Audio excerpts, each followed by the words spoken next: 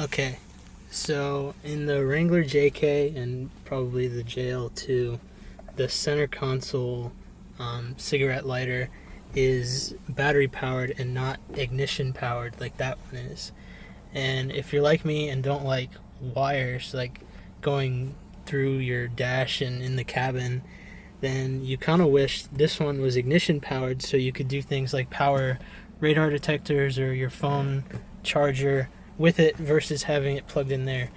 So what I've done is routed this wire into here, and I've got a little like inverter thing in there that it's plugged into. But basically my goal is to make this cigarette lighter ignition powered, and I have the two-door, so that means I don't have the extra cigarette lighter in the cargo area, and that means that these three fuse slots right here, that's what that would be for if you have the four-door. And on the two-door it comes with a fuse. I just have it out right now, but basically this is an interchangeable, so it can be either ignition or or battery powered. And what we can do is we can kind of harness that to make the cigarette light, or the center console one, which is right here, ignition powered as well. And I saw a forum, or I read a forum, and I've literally never done this before, so I picked up some wire strippers, and I got some of these. They're on Amazon. I'm not going to put any links or anything because Amazon links will just be obsolete in a month. But it's like a little terminal for fuses and obviously a fuse tap.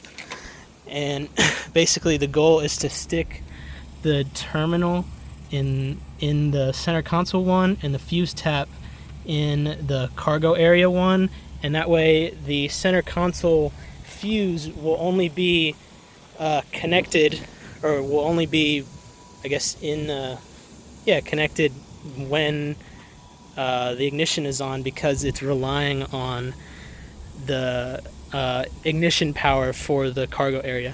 It's kind of hard to explain. I will put the link to the forum that I'm kind of basing this off of in the description, but I couldn't really find any videos or anything on it, so hopefully this helps at least a few people. But I'm going to go ahead and give it a shot. I guess the real plan of attack is to take... Oh, shit. I'm try to do this one-handed. Alright, here we go. The real plan of attack is to take this, and I'm gonna strip the end. I'm gonna get it just as long as I need it, because they're not very far apart, as you can see. So I'm gonna strip the end, hopefully like right around here, here, maybe. And these came with things that you can just like crimp down, so I'm gonna stick that into the end that I just stripped off, crimp it down, and then stick the terminal in the other end, and it should work. At least that's kind of what the picture looked like in that forum. So if I'm doing this wrong and it blows up, I guess I'll let you know. So I may not be an electrical engineer, but that doesn't look too bad to me. I just stripped the end off. Well, I cut the old cover off and then stripped it.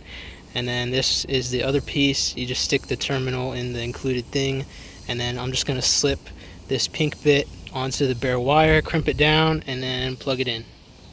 Alright, so it's crimped down, pretty solid connection. I'm pulling on it. It's kind of hard to do with one hand, but I'm yanking on it. It's not budging, so that means we got a good connection there. So now plug it in.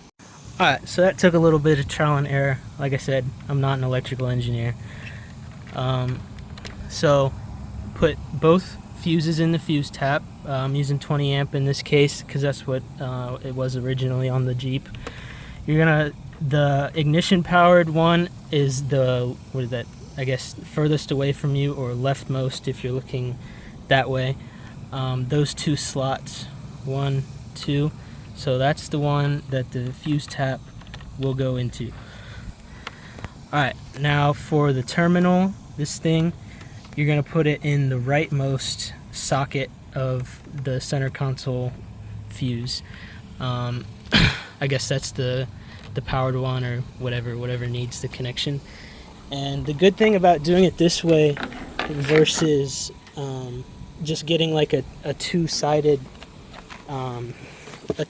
fuse tap, because you could do that too, that was also in the forum, but that method, the fuse box won't close, and I don't know about you, but I kind of want my fuse box to close. So now it closes, and as you can see, if we go over here, my thing isn't on right now, but if I take the key, stick it in, turn it on, she turns on, and that means my phone thing is powered, and there are no cords in the cabin, and that is fucking awesome. Alright. So, I hope this helped somebody, because I know I had a kind of a hard time navigating how to solve that issue. Yeah, thanks.